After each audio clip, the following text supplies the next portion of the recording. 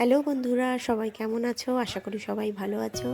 তো এই সিকিম থেকে ফিরলাম, আর ফেরার পরেই বাবা মা আবার আমার জন্য আর একটা ট্রিপ বলছে যেতে। আসলে আমাদের পাশের বাড়িরই দাদু, উনি এই ট্রাভেল এজেন্সির সাথে যুক্ত।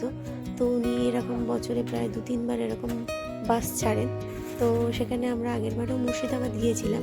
তো উনি বলছিলেন যে যদি যাও, তো বলেছিলেন। তো মা বাবা বললেন যে চল একবার ঘুরে আসি। তো এই 2 দিনের ট্রিপ, তো সেই জন্যেই বেরিয়ে পড়লাম। আর এবারের ট্রিপ আমাদের হচ্ছে জয়রামবাটি, মুকুটমণিপুর এইগুলো।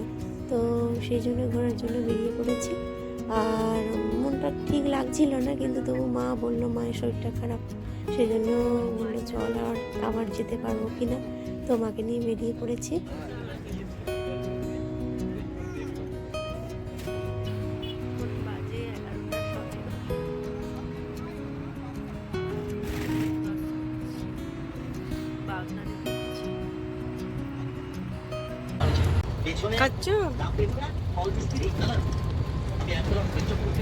এখন বাজে 3:14।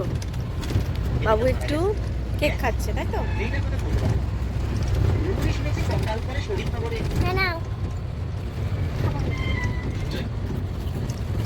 সব তো ছিঁড়ে ফেললি বাবাই। দাদু সিটে বসতে ভালো লাগেনি, তাই নিচে বসেছে। দিদুন এদিকে, আর এই যেখানে সিনেমা হচ্ছে। জন্মের পর থেকে কোনদিন তো সুখের মুখ দেখেনি। বেবি তোকে কোনদিন ছেড়ে দিস না। এ কথা বলছিস কেন? ভুল আছিস।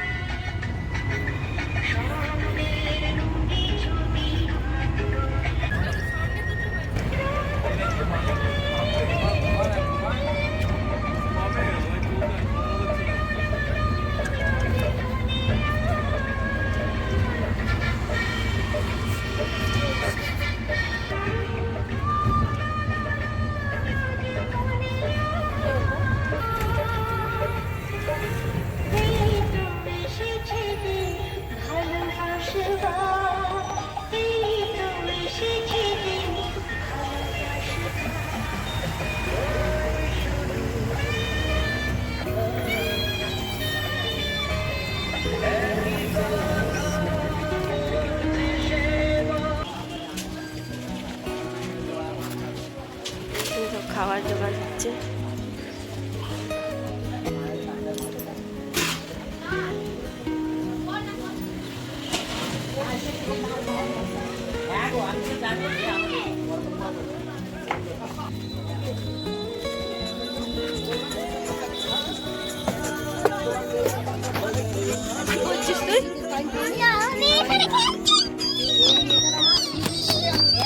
আমরা বাস থেকে নেমে ওখানে খাবার দাবার জোগাড় হচ্ছে। আর আমরা এখানে রামকৃষ্ণদেবের বাড়িতে আসছি। তো সামনের রাস্তাটা তোমাদের দেখাচ্ছি। এখানে ছবি তোলা নিষেধ, সেই জন্য আর দেখাতে পারবো না, একটু গিয়েই বলবে ছবি তোলা।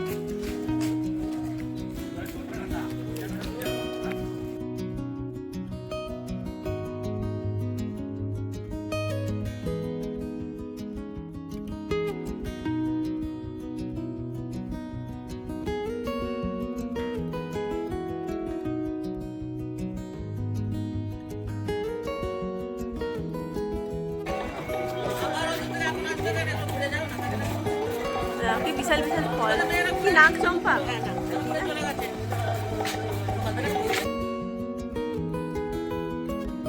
আমি আজকে খেয়েছি খাবে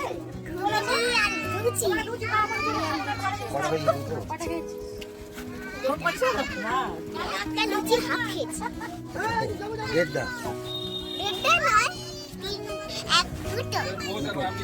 হাফ কি করে হলো? একটা লুচির হাফ খেয়ে, মানে দুটো তো লুচি খাওয়া হয়ে গেছে, 3টে লুচি খেয়েছি। 3টে খেতে পারোনি? 3টে কি করে হলো? বেরোতে পারিনি। তোর আর হাফ, তাই? দুটোর আর একটা লুচির হাফ। 2.5 মানে আড়াইটা।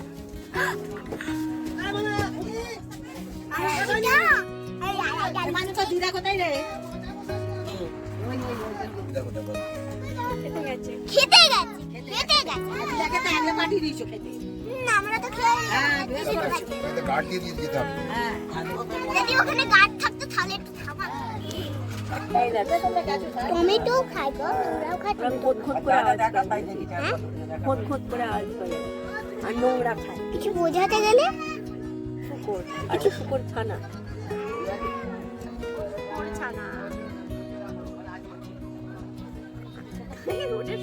তো রামকৃষ্ণদেবের ভিডিওটা ওটা হচ্ছে মানে ক্যামেরা নিষিদ্ধ, ওখানে কিছু ছবি তুলতে পারলাম না। তো আমরা আবার অটো ধরে আমরা এই যে চিনু শাকারির বাড়ি এটা দেখতে এসেছিলাম, আরও নানা রকম গন্তব্যস্থল মানে আমাদের যেসব দর্শনীয় স্থান আমরা দেখতে এসেছিলাম। তো এনার ঘটনাটা ছিল হচ্ছে এনাকে মা কালী কৃষ্ণকালী রূপে দেখা দিয়েছিলেন এবং বলে নিষেধ করে দিয়েছিলেন যে আমি দেখা দিয়েছি কাউকে না জানাতে, কিন্তু উনি বলেছিলেন না আমি আপনার দেখা পেয়েছি, আমি সবাইকেই জানাবো। তো উনি জানিয়েছিলেন এবং ওনার মৃত্যু হয়েছিল। তো ওনার কোনো বংশধর নেই।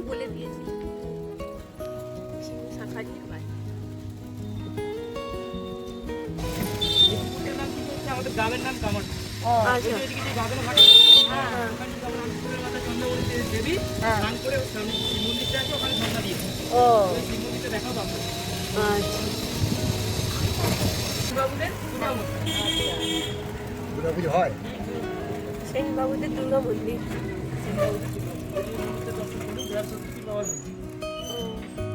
জয় মা, প্রণাম করো বাবা। এখানে ধূপ মোমবাতি জল নিষেধ বলেছে, নিষেধ কেন? মোমবাতি ওনার বাড়ি প্রসঙ্গের মধ্যে বাবা রামকৃষ্ণদেব যেটা দ্বিতীয় মাতা বলা হয়। বাবা রামকৃষ্ণদেব জন্মের পরই একটা উনুনের মধ্যে ঢুকে গেছিল ধান খেতে, সেখানে ছাই মেখে বাবা রামকৃষ্ণদেব পড়েছিল।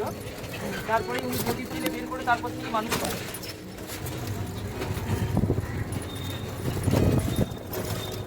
এইটা কি পুরানো মন্দির? এইটা এইটা এটা না, এই মন্দিরটা কি? এই প্রমাণ মাতার মন্দির।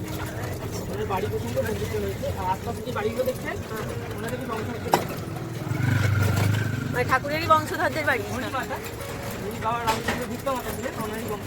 দুর্গা মাতা। এই যে ভিক্ষা। এটা বাবা রামকৃষ্ণদেবের ভিক্ষা মাতা ছিলেন যিনি, ধনী মাতা। তো ওনার মন্দির এখানে আছে, আমরা গেলাম দেখতে।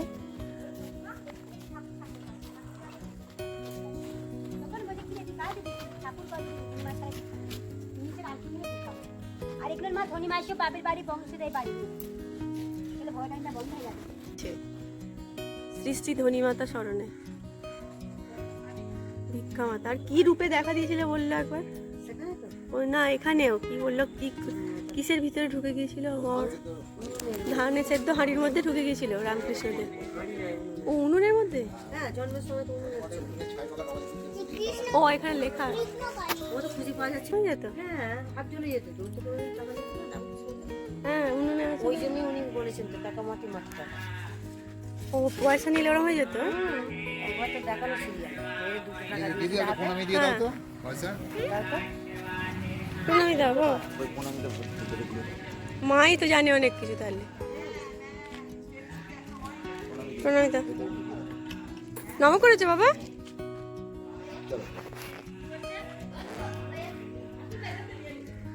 মা বলছিল যে রামকৃষ্ণদেব নাকি হাতে কোনো টাকা নিলে জ্বলে যেত, তো সেটাই মা এটা বলছে যে রামকৃষ্ণদেব ওই জন্যই বলেছিলেন যে টাকা মাটি মাটি টাকা, মানে উনি মানে টাকা পয়সা কোনো লোভ বা মোহ কিছু ছিল না ওনার, এটাই বলছে এখানে।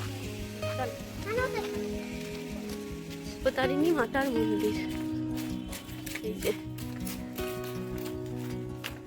ও এটা ওই দিক দিয়ে আর এটা দিক। চলো চলো আস্তে আস্তে চলো। নিলিবিলি দেখো মা, খোলামেলা সুন্দর।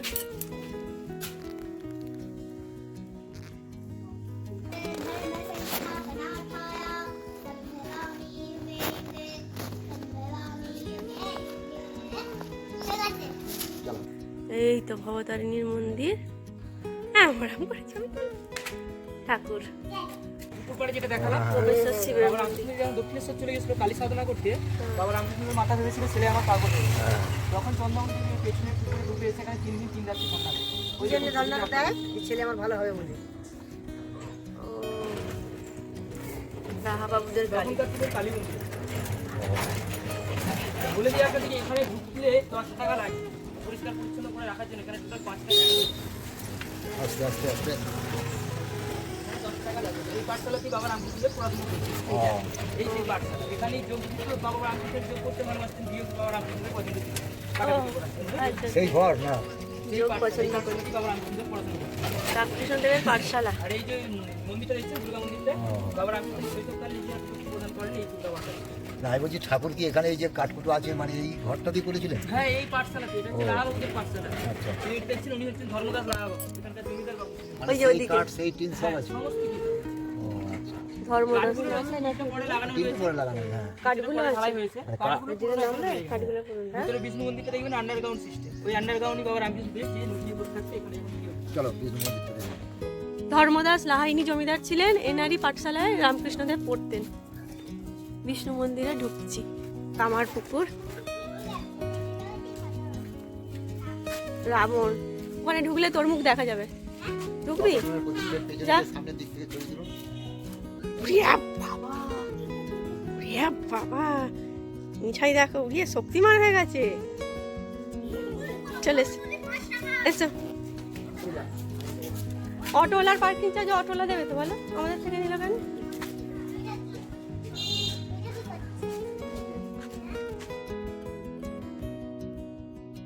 এখানে ঠাকুর রামকৃষ্ণ দেবের নানা রকম আর কি শৈশবের ঘটনা, তারপরে ওনার মা বাবা ঘটনা, এইসবগুলো দেয়া আছে। তো এখানে এরকম ছবির আকারে এবং এরকম মাটির পুতুল করে এগুলো বর্ণনা করা আছে। আঁকাগুলো দেখো কত সুন্দর, রঙগুলো লাগছে। আর এই যে ওই লাহাবাবুদের এখানে উনি পড়াশোনা করতে আসতেন। ওনার বিবাহ, রামকৃষ্ণদেব তো একই সুন্দর এবং দাড়ি ওনার গোঁফ যে- করেছে, পুরো একদম যে গয়না সারদা মাকে দিয়েছিল লাহাবাবুদের গহনা। কেন এই যে কিছু গহনা কাহিনী আছে? করে হ্যাঁ, ওই এখানে আছে। কোনো গয়না দেয় না বউ। সারদা মাকে? হ্যাঁ, আচ্ছা ছিল আচ্ছা, ফুলের গয়না নিয়েছে, ফুলের গয়না করে হ্যাঁ ওকে পরিয়ে দিয়েছিল। আচ্ছা, আবার সব ওই কোনে যাত্রী আসে বলে হ্যাঁ ওই গ্রামের মা হ্যাঁ। বাবুদের বাড়ি থেকে গয়না ইয়ে করে এনেছে। আর ধার করে, আচ্ছা আবার গা থেকে খুলে হ্যাঁ ওই নিচে তাকে দিতে এসেছে। হ্যাঁ। খুব কাঁদছিল, গয়না খুলে নিয়েছে, আবার তুলে ফের খুলে গয়না। ও, মা অতেই সন্তুষ্ট। জয় প্রভু।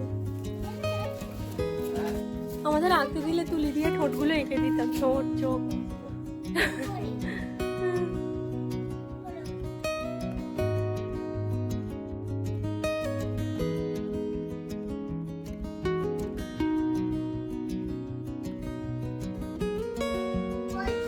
পেঁপে হয়েছে। উনি একটা ঠাকুরেরই মূর্তি, বুঝেছো? ওই দেখো রাধা কৃষ্ণ বললো তো।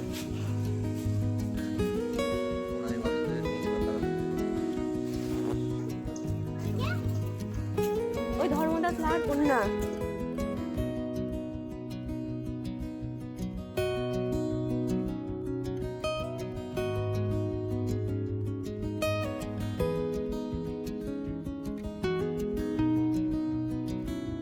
তুলে নি পাঠশালায় জুতো খুলে দেবো বাবা।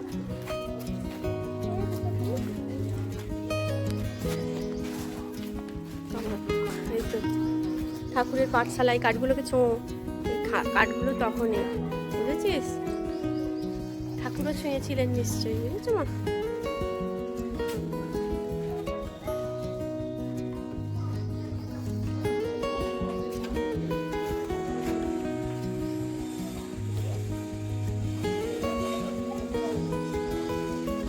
পুরানো দিনের ছবি।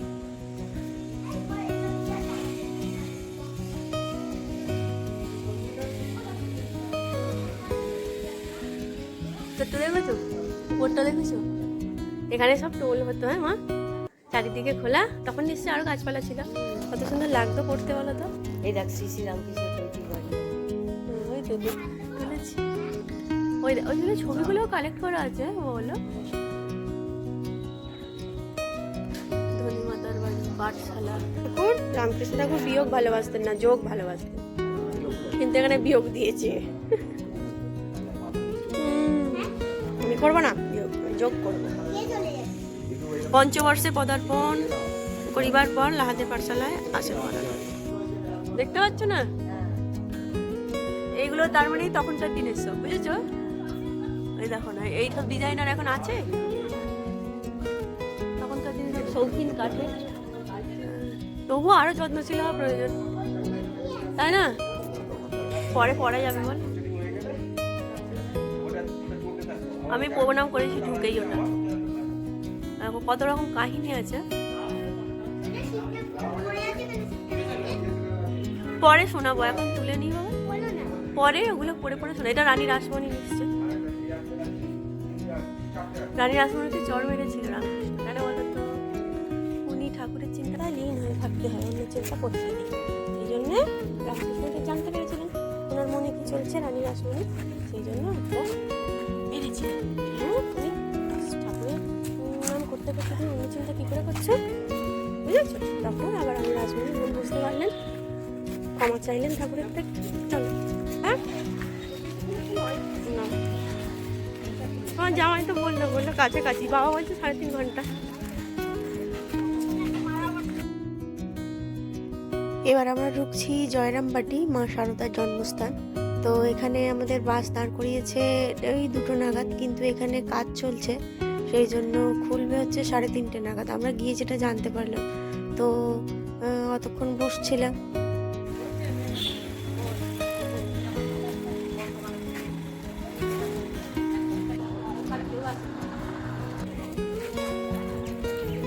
ওই সারদা মায়ের বাড়ি ঢোকার আগেই কিছুটা দূরে একটা এখান দিয়ে যেতে হয়, একটা এরকম ডিসপেন্সারি আছে, এখানে বিনামূল্যে সব কিছু ওষুধ পাওয়া যায়, সেই জন্য ভিড়টাও খুব ছিল।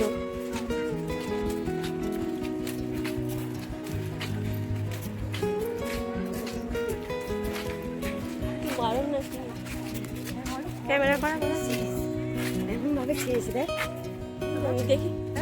হ্যাঁ, ডগাগুলো ছেটেই করেছি, মানে হ্যাঁ পুরোপুরি ডগা, এমন করে বেশি করে দিয়েছে। শুধু ডগাগুলোই দেখা যাচ্ছে। এর ভিতরেই মা শারদার বাড়ি আছে, ওই যে দূরে দেখা যাচ্ছে। আর এটা হচ্ছে এখানে ওই যে ঘাটটা দেখা যাচ্ছে, ওই দূরে মায়ের বাড়ি। আর এই যে এখানে মা শারদা স্নান করতেন, তো আমরা একটু মাথায় জল দিয়ে নিলাম। আমার মায়েরও খুব শরীরটা খারাপ, সেই জন্য একটু সমস্যা হচ্ছে হাঁটতে চলতে। তো তবুও মা কষ্ট করে নামলো আর বাবুর মাথায় জল দিল, আমারও দিল, বাবা ছিল। তো আমরা কি শেষ পর্যন্ত ঢুকতে পারলাম না, কারণ অনেকটা দেরি হয়ে যাচ্ছিল আর বাস এদিকে তাড়া দিচ্ছিল। তো অনেকেই দেখেছে, কিন্তু আমরা চলে এলাম, দেখা হলো না। আর এই যে ডিসপেন্সারি দেখাচ্ছিলাম না, এখানে নানা রকম বিভাগের যেসব ডাক্তারেরা প্লাস ওষুধ না কি আছে সেগুলো কিসের মন্দির? লেখা আছে, মানে কটা থেকে কটা এরকম ব্যাপার। কালী মাতা মন্দির। আর এই যে বাস আমাদের যেখানে দাঁড়িয়েছিল জয়রামবাটি আর ঢোকা হলো না, ছিল তাই তো? ঢোকার মুখটা আর কি। এটাই দেখে এটা মন একটা খারাপ। কালী মন্দির, দেখো কত সুন্দর পদ্ম ফুলের মতো করা আছে, তাই জন্য তুললাম। আমরা এখান থেকেই বাসে উঠে পড়েছিলাম আবার। তো আজ এইটুকুই, পরে আবার একটা ভিডিও আনবো, সবটা কভার করব। তো তোমাদের যদি একটুকু ভিডিওগুলো ভালো লাগে তো একটা সাবস্ক্রাইব করে পাশে থেকো, আর দেখা হচ্ছে অন্য ভিডিওতে। ধন্যবাদ।